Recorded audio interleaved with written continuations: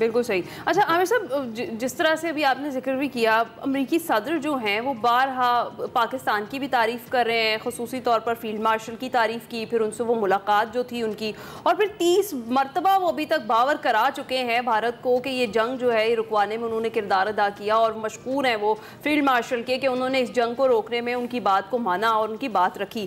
تو یہ جو ساری سچویشن اب بنی ہے, جو ٹریڈ ڈیل فائنل ہو گئی ہے پاکستان کی, اور پھر جو انڈیا کے ساتھ ہو رہا ہے, ٹیرف ہے, اس کے ساتھ اضافی جرمانہ بھی ہے, اس ساری صورتحال کے بعد جو خطے میں پاکستان کی جو امپورٹنس ہے وہ کس حد تک اب بڑھ گئی ہے مزید؟ دیکھیں, خطے میں نہیں, نمبر 1 دنیا بھر میں عزت بڑی ہے, اہمیت بڑی ہے. امریکہ ایسے نہیں آپ کو بلائیں لے رہا کہ فیلڈ مارشل کو بھی انوائٹ کیا جا رہا ہے. ایک غیر معمولی ان کا استقبال آیا کہ وہ وہاں پہ لنچ پہ مدعو ہوتے ہیں. پھر ہمارے ڈپٹی پرائم منسٹر جاتے ہیں, وہ مارکو روبیو سے ملتے ہیں, پھر وہاں UN میں خطاب کرتے ہیں, پھر دوبارہ ان سے بات ہوتی ہے. پھر ہمارے وزیر خزانہ, پہلے کامرس منسٹری پوری ڈیل کے لیے گئی ہوئی تھی, اب وزیر خزانہ پہنچے ہیں اور یہ ڈیل اناؤنس ہو گئی ہے. آپ دیکھیں کہ گلف میں بھی, جہاں سچی بات ہے, ہمیں بڑی کلیئر ہونا چاہیے, ہمارے اپنے اوورسیز پاکستانیوں نے, ہماری گلف کے اندر بہت ساروں نے, ان لوگوں نے جو بھیک مانگتے ہیں, جو سوشل میڈیا پہ ان ملکوں میں پولیٹکس کو لائے, جس کی وجہ سے UAE نے ویزے بھی ریسٹرکٹ کیے. کوئی چیز چھپی بھی نہیں ہے ہماری کہ ہم نے, اب کبھی ہم ڈاکٹر انجینئرز کے حوالے سے پہچانے جاتے تھے, اور آج ہماری مسئلہ یہ بن گیا کہ ہم کیا کر رہے ہیں. لیکن اس ڈیل, اس جنگ کے نتیجے میں جو سارے گلف میں ہماری عزت بڑی ہے, پاکستان ایک دفعہ پھر ان کے ریڈار پہ بہت اچھے انداز میں مثبت ویلیو میں آیا ہے. سعودی عرب کی پہلے ہی ہم کہتے ہیں کہ خانہ کعبہ, حرمین شریفین کی حفاظت کے لیے پاکستان بالکل ہر طرح سے تیار ہے, تو وہ ویلیو بھی ہمیں ملی ہے, اور آنے والے دنوں میں اس کے اثرات آپ کو اور پازیٹیو نظر آئیں گے.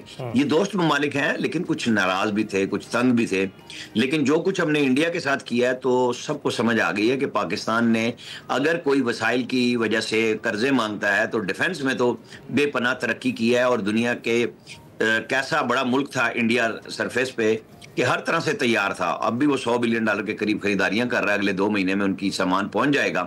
لیکن سب کو اعتماد ہے کہ پاکستان پرعزم بھی ہے اور جواب بھی دے سکتا ہے اور ان کے کام بھی آ سکتا ہے. بالکل. لیکن عامر صاحب, یہ پریشر ٹیکٹک بھی تو ہو سکتا ہے جو بھارت کے لیے استعمال کیا جا رہا ہے, کیونکہ اگر ٹرمپ کی بات کریں تو جن لوگوں نے تکیہ کیا ہوا تھا ڈونلڈ ٹرمپ کے اقتدار میں آنے کا, وہاں پر بھی خاموشی ہے, اور پھر ہم بھارت کی صورتحال بھی دیکھ رہے ہیں کہ وہ مودی جو ہے اپنا فرینڈ کہلاتے تھے ان کو, ٹرمپ کو, اور یہی صورتحال سے کچھ دو چار تھے وہ.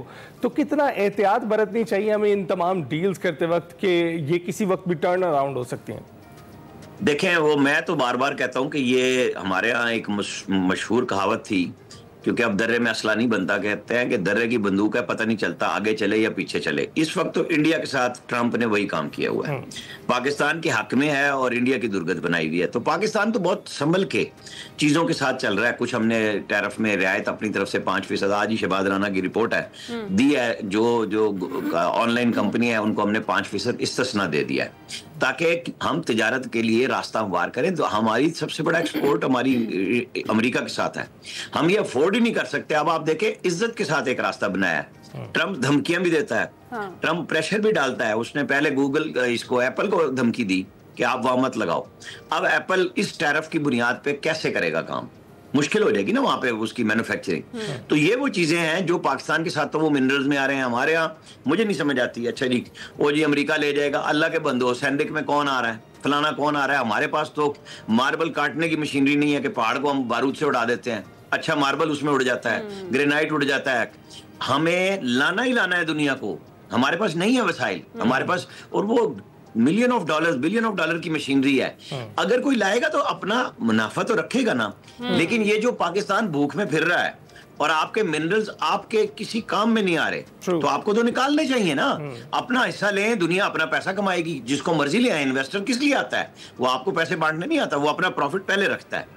تو ہمیں اپنے ملک کے وسائل کو لوگوں کے لیے اس سینس میں کھولنے چاہیے کہ جواباً ہمیں بھی تو پیسہ ملے گا نا. یہاں پہ بھی تو بھوک پھر رہی ہے نا, یہاں پہ بھی تو افلاس ہے نا, غربت کی سطح میں لوگ گرتے جا رہے ہیں. تو کس طرح روکنا ہے؟ آپ کیا بھیک مانگیں گے؟ آپ قرضے کتنے اٹھائیں گے؟ آپ قرضے کی ادائیگی کے لیے قرضہ دیتے ہیں. تو جو وسائل قدرت نے آپ کو دیے ہیں ان کو استعمال میں لائیں. یا آپ بیٹھ جائیں کہ ہمارے پاس کوئی امبانی بنے گا, کوئی فلانا بنے گا, کوئی ٹاٹا بنے گا, اتنے لوگ پیسے خرچ کریں گے پھر آ کے کریں گے. نہیں, ہمیں بھی لوگوں کو لانا پڑے گا. بالکل ایسے, اور آنا ہی پڑے گا. چلیں ذرا کچھ سیاسی گفتگو کر